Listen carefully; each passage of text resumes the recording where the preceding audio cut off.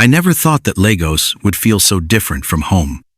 Everything was loud, bright, and overwhelming. Even the streets smelled like ambition and exhaust fumes mixed. I remember stepping out of the bus, my books in one hand, a suitcase in the other, heart racing. This city wasn't just a place, it was a test. And that test came with faces I hadn't yet learned to read. One face would change everything. I saw him first in art class, calm, composed, a quiet intelligence in his eyes. Nnamdi Okafor, already seeming older than his years, yet approachable, and something about him unsettled me. Nnamdi had this disciplined air that drew people in without trying. He carried himself like he was already running a company, not just a student. His smile was rare but warm, and when he spoke, words landed with weight. I found myself wanting to hear more, see more, understand more. He wasn't like the flashy guys around campus. Even my friends noticed and teased me. "You're staring too much, Lizzy," they'd laugh, sipping their cappuccinos. But I wasn't staring. I was observing. Nnamdi seemed like a man already walking a path I couldn't yet imagine.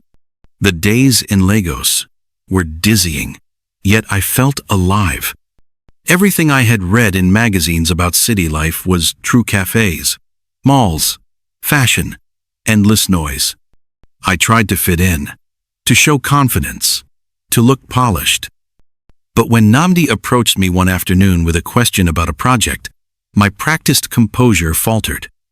I could feel my heart racing, my hands tingling with nerves. He smiled politely, handed me my sketchbook, and walked away with that calm certainty of his. It was infuriating and magnetic at the same time. Our friendship started slowly, with shared notes, group projects, and casual lunch breaks. He was patient, never intrusive, always attentive. And I, naturally proud and confident, found his quiet presence both comforting and challenging. There were days I tried to impress him with stories of my lifestyle, fashion sense, and ambitions. He listened, nodded, but never judged. I remember feeling frustrated that he didn't react the way other men would. He wasn't dazzled by my polish or words. That made me want to break through even more. Time passed, and we began dating. It was exciting, glamorous even. Lagos felt smaller when we were together. Restaurants, rooftop views, parties, he was always the perfect balance.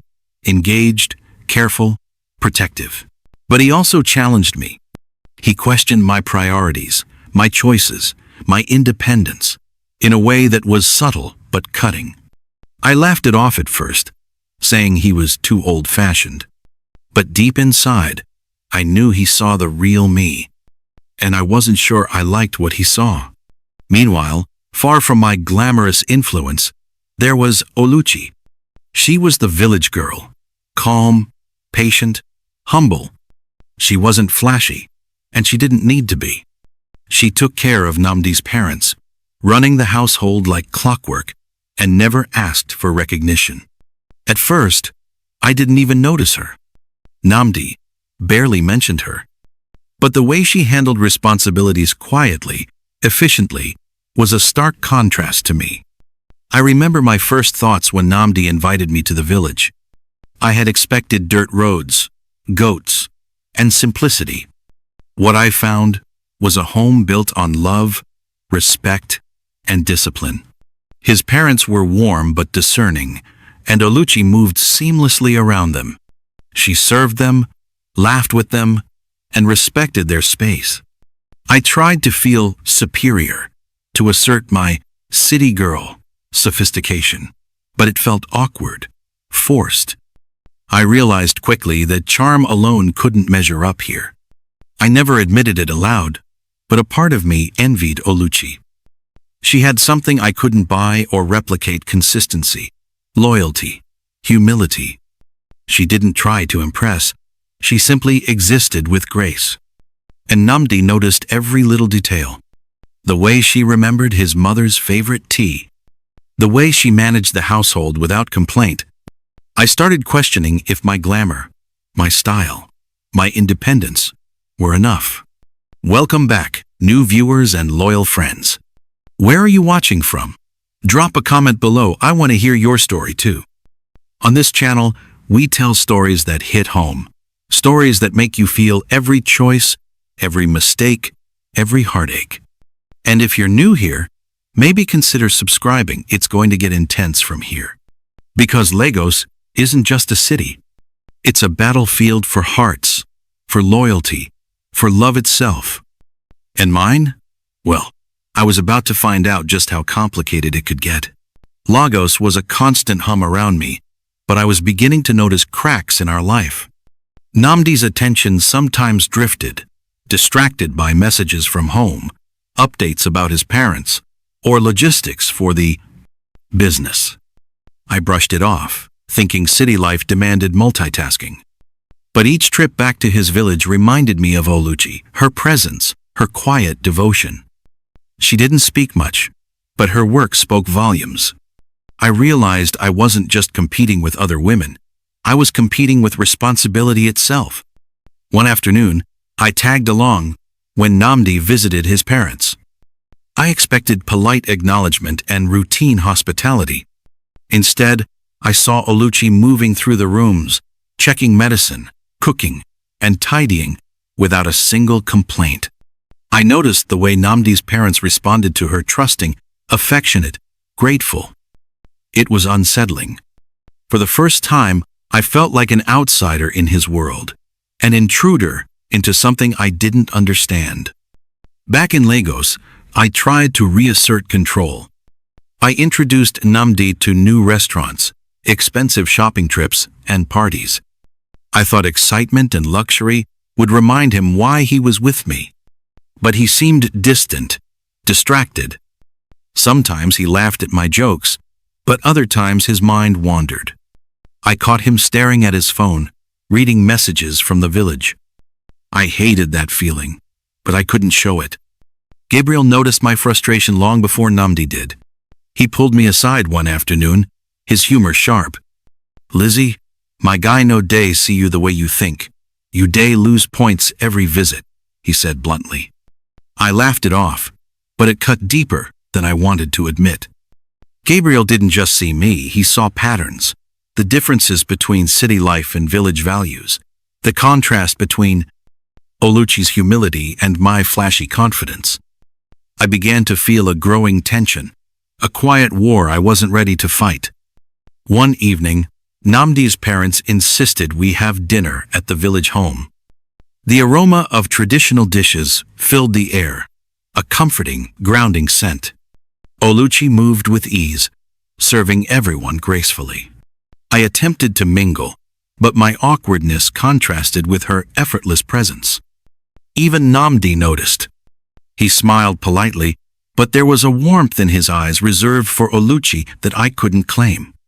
It was during that dinner that I first felt real tension between us. I tried to joke, to keep the atmosphere light.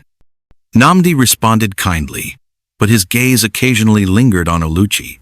I couldn't help but feel invisible. I realized then that love wasn't just about appearances or charm.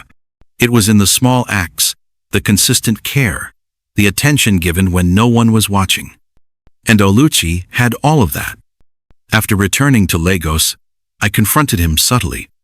"Do you think about her too much?" I asked, trying to sound casual. He didn't answer immediately, just shook his head. But I could see it in his eyes. He respected her, admired her, and noticed what I often overlooked. I tried to cover my jealousy with laughter, saying I was overthinking.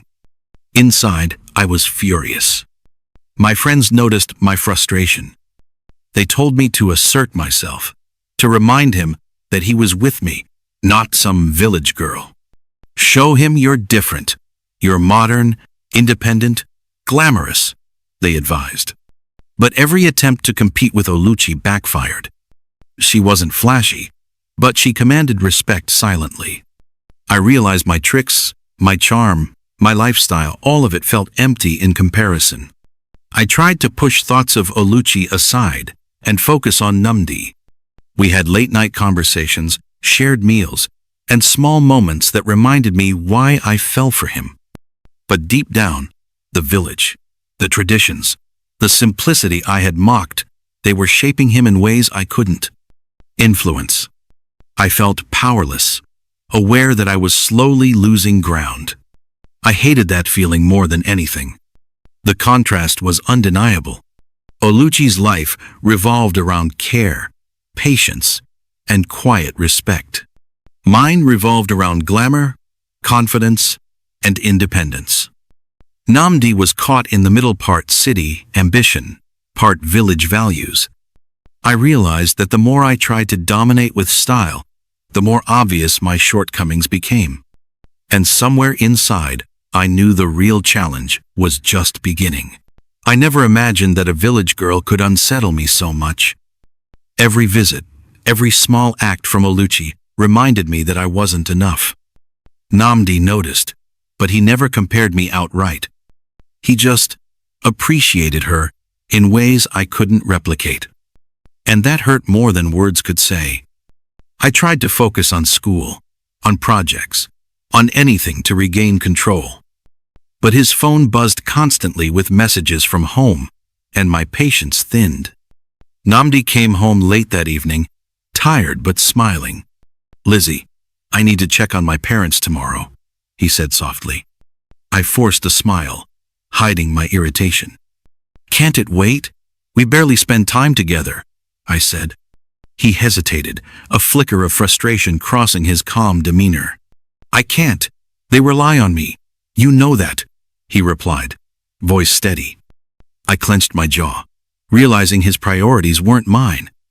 The next day, I reluctantly joined him on the trip to the village. I expected monotony, small talk, and awkward silences. Instead, I found Oluchi waiting at the compound, her face calm and welcoming.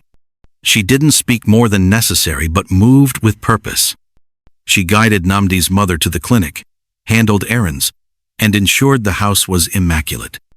I realized I was a spectator in her world, unable to participate meaningfully.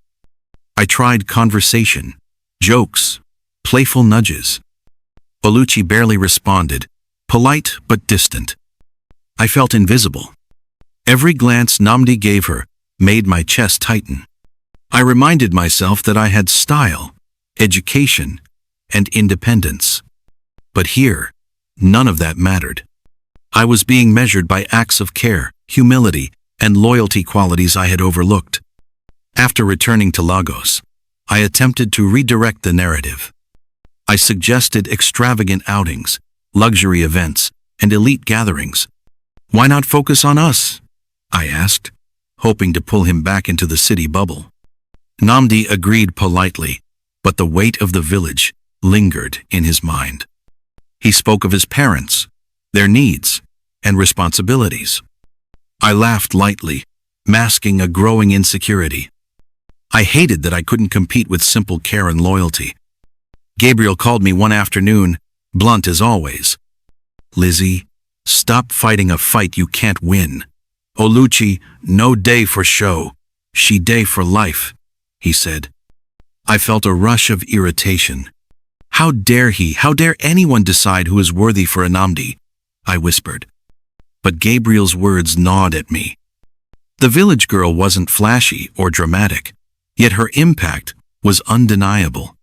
I realized my friend's advice about independence and glamour was useless here. At school, I tried to focus on studies, but my mind drifted. Art projects, lectures, and assignments became background noise. Nnamdi's quiet admiration for Oluchi replayed in my thoughts. I caught glimpses of him smiling at messages from home, recalling her gestures, and my stomach twisted. I wondered if he even remembered my style, my charm, my efforts. A growing tension brewed inside me, suffocating and relentless. One night, Nnamdi called unexpectedly. "Lizzy, can we talk?" His voice was calm, but I sensed seriousness. I met him in the apartment, heart racing. He spoke of family responsibilities, village obligations, and the importance of partnership in life. I laughed nervously, masking unease.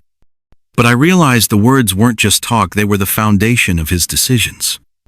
I was watching a man whose values were not mine. I tried to assert myself. Why does everything revolve around them? We are here, in Lagos. We have a life, I said sharply. He looked at me patiently, a calm but firm presence. Family isn't separate from life, Lizzy. They are part of it, he replied. I swallowed hard, realizing that no luxury, charm, or independence could replace genuine care. Oluchi's influence was subtle, but undeniable. She was everywhere in his life, quietly shaping it, and I had no foothold. I went to my friends that night, desperate for validation. They suggested bold moves, confrontations, and displays of power. But deep inside, I knew those tactics were hollow. I was fighting a battle I couldn't understand, a battle of character, patience, and integrity. Nnamdi's heart wasn't for flash or style, it was for loyalty and care. And in that realization, a quiet fear took root. I might lose him not to another woman, but to the values I had ignored. Take a minute and subscribe if you haven't already. This story isn't just about love, it's about choices, responsibility, and the cost of pride. The tension between me and Nnamdi grew silently. He never argued, never shouted. He just lived his life according to his values, and that, more than anything, made me uneasy. Every message from his parents, every update from the village, reminded me I was an outsider. Oluchi's presence was subtle but omnipresent, a constant reminder of humility and care I couldn't match. I couldn't help but compare myself to her, and each comparison left me hollow. Gabriel cornered me again, blunt as ever. You day worry too much, Lizzy. She no day try, but she day win. You fit do small, but the heart day long term, he said. I clenched my teeth. I hated hearing it, yet I couldn't deny the truth in his words. For the first time, I wondered if my confidence, my pride, my independence were actually weaknesses here. Nnamdi's heart wasn't impressed by appearances. It responded to loyalty, patience, and integrity. A few days later, Nnamdi invited me to the village alone. He wanted me to see the home, meet his parents without distractions. I walked in, expecting resistance from them, maybe judgment, maybe indifference. Instead, they welcomed me politely, observing me quietly, measuring me. Oluchi was there too, moving silently, ensuring everything ran smoothly. The contrast was stark. I was flashy, self-conscious, loud. She was effortless, respected, indispensable. That night, I overheard a conversation between Nnamdi's mother and father. Mama Okafor spoke softly, yet firmly. If this girl can care for us when she owes us nothing, imagine how she will care for her husband. Papa Okafor nodded, smiling. I felt a chill. Their approval of Oluchi was unwavering. I realized my glamour, my sophistication, my city education, none of it mattered here. Back in Lagos, I tried to act normal, but every text, every call reminded me of the village. I could see the difference in Nnamdi's tone when he spoke about Oluchi versus when he spoke about me. He wasn't unkind, but he was calm, firm, and appreciative of her character. It frustrated me. I began to act out subtly, complaining about travel, teasing about chores, asserting my independence aggressively. But I noticed it changed nothing. Gabriel warned me again, sarcastically this time. Nah, better thing day happen. You day lose ground and still day fight. Stop. I snapped at him. I'm not losing him. But the words rang hollow even as I said them. I realized I was fighting against values I didn't fully understand, against patience and integrity, against a woman whose humility was her strength. Nnamdi invited Oluchi to Lagos for a short stay. I watched her interact with the city cautiously, never flaunting, never pretending. She asked questions, observed, learned, and yet her humility, her intelligence, and her ease only made her more admirable in Nnamdi's eyes. I felt invisible, unremarkable. I tried to redirect attention to myself, but he noticed and politely redirected his focus back to her. It was then that I understood the depth of my miscalculation. Nnamdi's heart wasn't for glamour or pride. It was for someone who could partner, nurture, and respect, not just for me to admire from afar. I had all the wrong tools, all the wrong values for this fight. And the realization hit like a wave. I was losing him, not to another woman, but to what I had ignored. I retreated into my apartment that night, overwhelmed. The city's bright lights felt harsh, exposing my insecurity. I realized that I could fight harder, flaunt more, or manipulate, but it would never win what Oluchi had earned quietly. I hated the clarity of that thought. And somewhere inside, I feared the eventual heartbreak, even if I refused to admit it. I texted Nnamdi, trying to mask my fear with charm. "Maybe we can focus on us this weekend," I typed, forcing a casual tone. His reply was gentle but firm. "Weekend is fine, but I need to visit my parents as well. Family comes first." I stared at the message, heart sinking. He wasn't dismissing me, he was showing me the truth. His life, his priorities, and the woman he valued were not swayed by glamour or pride. Take a minute to subscribe if you haven't yet. This story is more than love. It's about choices, loyalty, and the courage to face truths we don't want to see. I never expected to feel so powerless in a relationship. Lagos was supposed to be my domain, my playground, my stage. Yet here I was, watching Nnamdi admire someone I had always dismissed, a village girl. Oluchi moved quietly through his life, unnoticed by many, but entirely visible to him. It was infuriating. Every smile he gave her, every appreciative glance, made me shrink into myself. I questioned my choices, my behavior, even my pride. Gabriel visited me that evening, blunt as ever. "Lizzy, my guy day serious. She no day for show. She day for life. You day waste your time." I snapped, feeling defensive. "Why do you keep saying that?" I demanded. Gabriel leaned back, calm, unbothered. "Because I see what you refuse to see. Actions speak. He respects her. He notices her. You day for distraction." His words stung, but I couldn't deny the truth. The next weekend, Nnamdi invited me to his family home again. I expected subtle tension, polite conversation, perhaps judgment. Instead, I watched Oluchi handle chores, cook, and manage errands effortlessly. Her grace wasn't performative. It was innate. Nnamdi's parents responded to her warmth and efficiency naturally, without prompting. I tried to assert my presence, joke, tease, but it fell flat. I was loud where she was calm, flashy where she was genuine. That night, I overheard Nnamdi talking to his mother. "She's dependable, patient, and loyal. She knows what matters," he said quietly. Mama Okafor nodded. I felt my stomach twist. I had never been measured by my patience or loyalty. I had only known charm, confidence, and style. And now, those qualities seemed hollow. Back in Lagos, I tried to regain control. I arranged expensive dinners, weekend trips, and city experiences.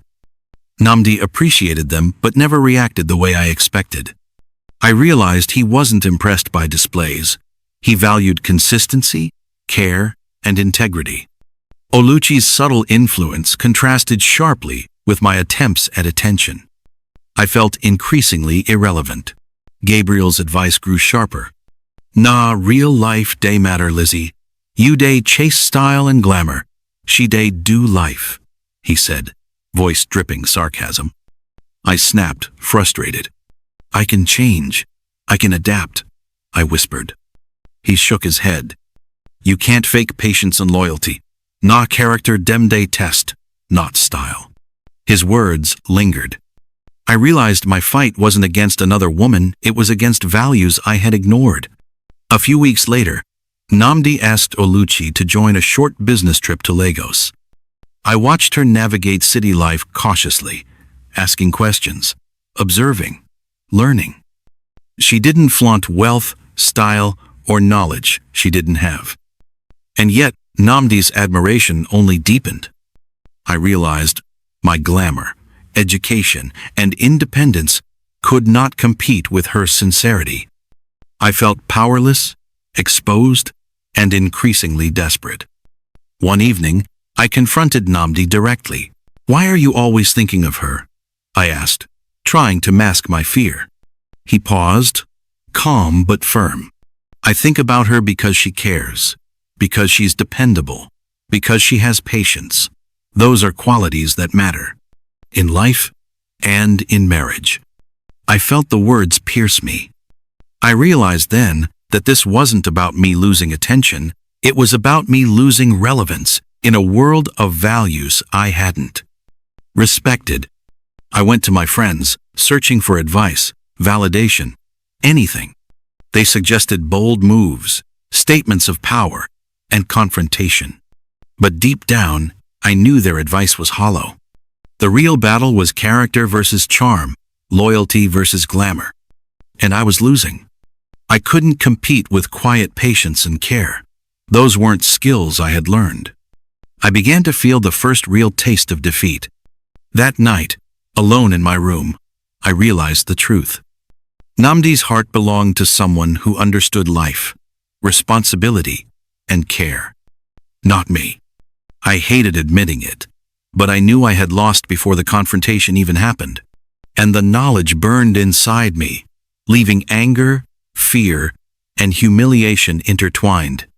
I stared at the ceiling, wondering if I had ever really had a chance at all. The tension at home became impossible to ignore. Every conversation I had with Nnamdi now carried the weight of judgment, even when unspoken. He never criticized me openly, yet every word, every glance, reminded me that I was falling short.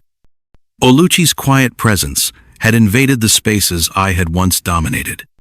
I tried to assert myself, to remind him of my value, but it felt empty. My confidence, once natural, now teetered on desperation. Gabriel noticed my growing frustration and shook his head.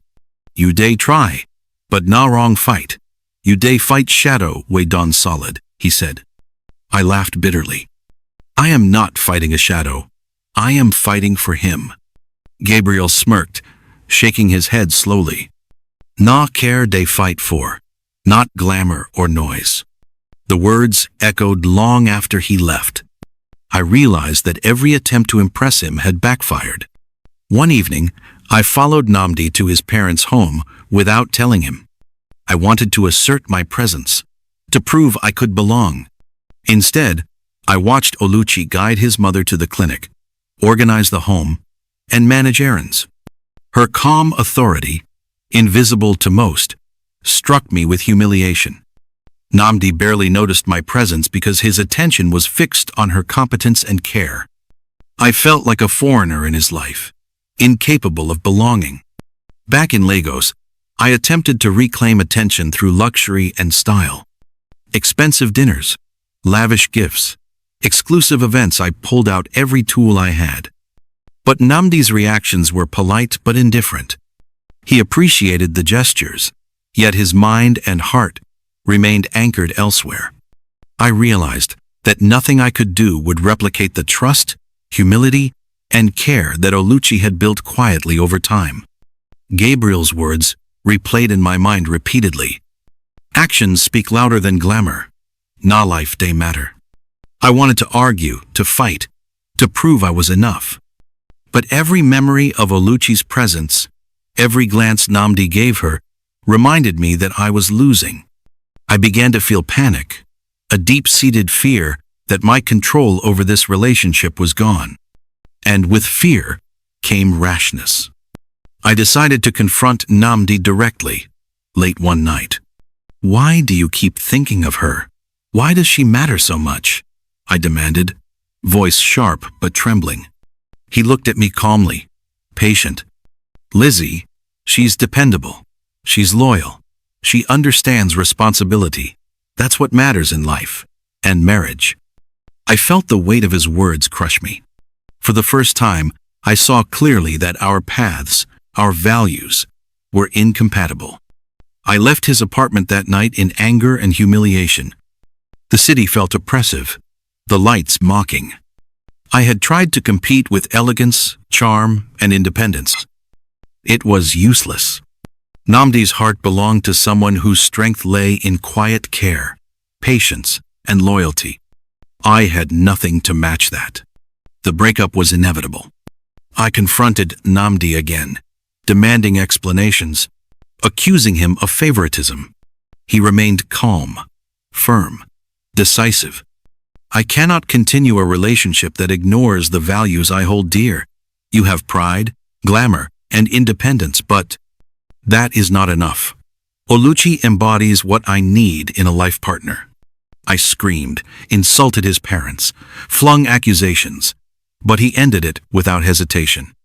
Gabriel's dry voice echoed in my head. See, I told you, my guy. Nah better thing we day do now.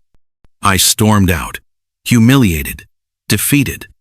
The city I once dominated felt empty and hostile.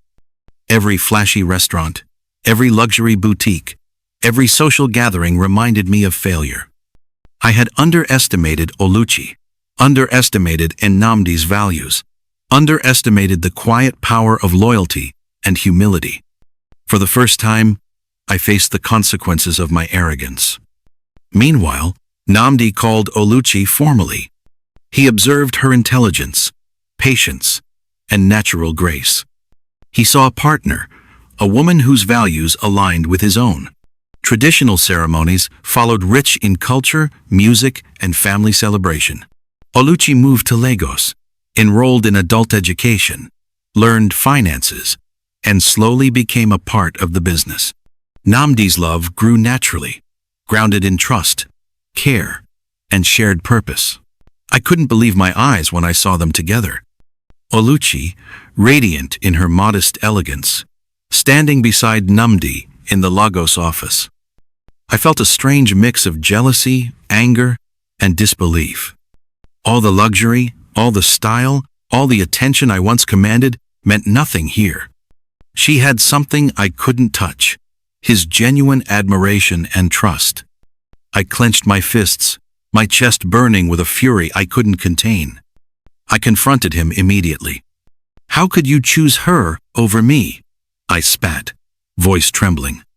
He looked at me calmly, unwavering. She has qualities that matter for a life together. You have your independence and style, but that is not enough for a marriage. I cannot compromise my values. The words struck me harder than any insult could. I realized my arrogance and pride had blinded me. Out of desperation, I lashed out at Oluchi.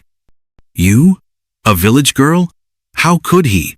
I faltered, words failing. She remained composed, calm, unflustered.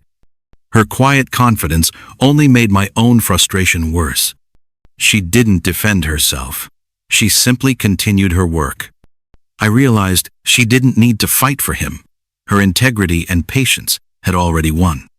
The city suddenly felt hostile, every familiar street a reminder of my defeat.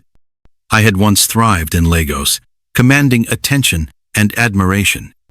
Now I felt irrelevant, powerless, and exposed. My friends tried to console me, but their words felt empty. No advice, no strategy, no display of glamour could reclaim what I had already lost. I realized my downfall was not caused by another woman. It was caused by my own choices. I became reckless. I sought distractions, parties, alcohol, fleeting relationships. Nothing filled the growing emptiness. Nnamdi and Oluchi's happiness gnawed at me like a constant reminder. The city's glitter felt shallow. I began making poor decisions, letting desperation guide me. One fateful night, I took my worst decision. I hired robbers to steal from Nnamdi's home. I told myself it was revenge, a chance to reclaim control. But as I watched from the shadows, I realized too late that my plan was foolish. Security intercepted the intruders immediately. My actions would not remain hidden. Investigation revealed my involvement. Shock, fear, and despair replaced the fleeting thrill I had felt. Nnamdi was calm when confronted with the truth, his disappointment cutting deeper than any anger could. Gabriel's voice echoed in my head, dry and unamused. "See? I told you, my guy. Nah, better thing we die do now." I realized fully that my choices had consequences I could no longer control. Oluchi, by contrast, remained composed. She had done nothing to provoke me, yet she had won Nnamdi's heart and trust. Her strength lay in patience, care, and integrity, not in confrontation or glamour. Watching her succeed, I felt both awe and humiliation. I had underestimated what it truly meant to be a life partner. Nnamdi and Oluchi's life flourished naturally. Oluchi enrolled in adult education, learned finance, and became a director at Nnamdi Holdings. She moved into Lagos gracefully, balancing home and work with intelligence and care. Nnamdi's love for her deepened every day, built on trust, partnership, and shared purpose. I could only watch from the outside, powerless to reclaim what I had lost. Months later, Oluchi gave birth to twins, a boy and a girl. The Okafor family was proud, harmonious, and complete. I saw them together once, and I realized the truth. Character, loyalty, and integrity triumph over pride and glamour every time. I was left with the lessons of my choices, humbled and painfully aware of what I had lost. Subscribe, like, comment, and stay connected. This story proves that true love is built on care, loyalty, and integrity, not pride, glamour, or fleeting charm. Never underestimate the power of values. The news of my arrest spread quickly. Friends and acquaintances whispered, some incredulous, some disappointed. I had believed my charm and status would shield me. They didn't. Nnamdi and Oluchi's lives moved forward, unaffected by my desperation. I felt the weight of shame settle heavily, suffocating and relentless. I called Gabriel in a futile attempt for support. He answered calmly, his voice dry, unamused. "Lizzy, now your own choice. Now you day scatter your life. No more drama," he said. I wanted to cry, to plead, to explain. But his words were truth. I realized that no excuse could reverse the consequences of my actions.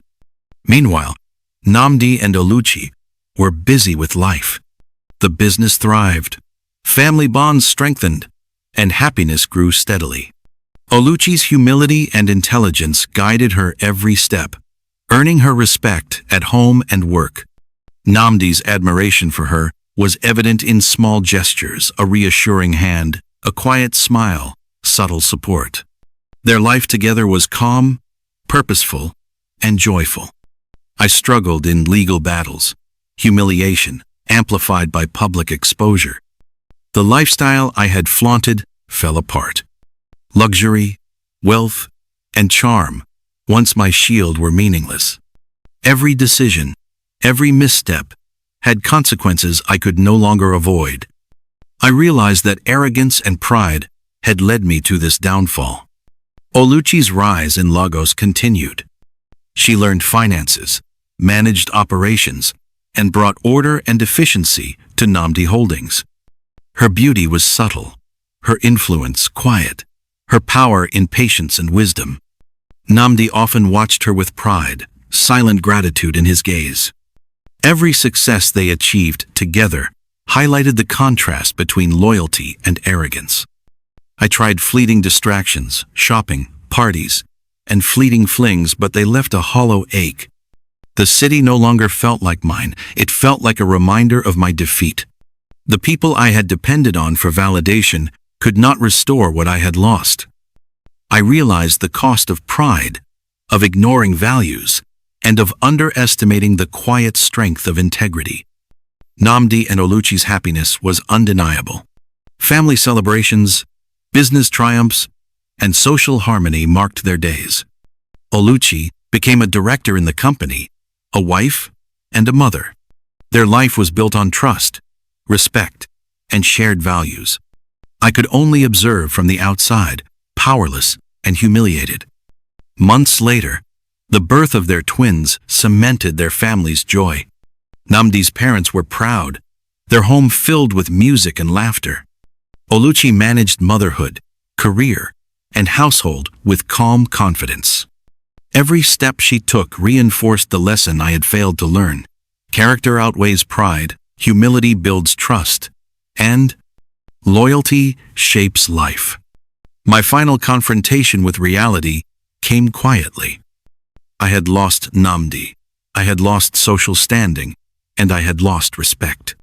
Everything I had, valued glamour, independence, charm, was meaningless without integrity. I was left with the painful knowledge that actions carry consequences, and that no facade could substitute character. Meanwhile, Nnamdi and Oluchi's life continued in harmony.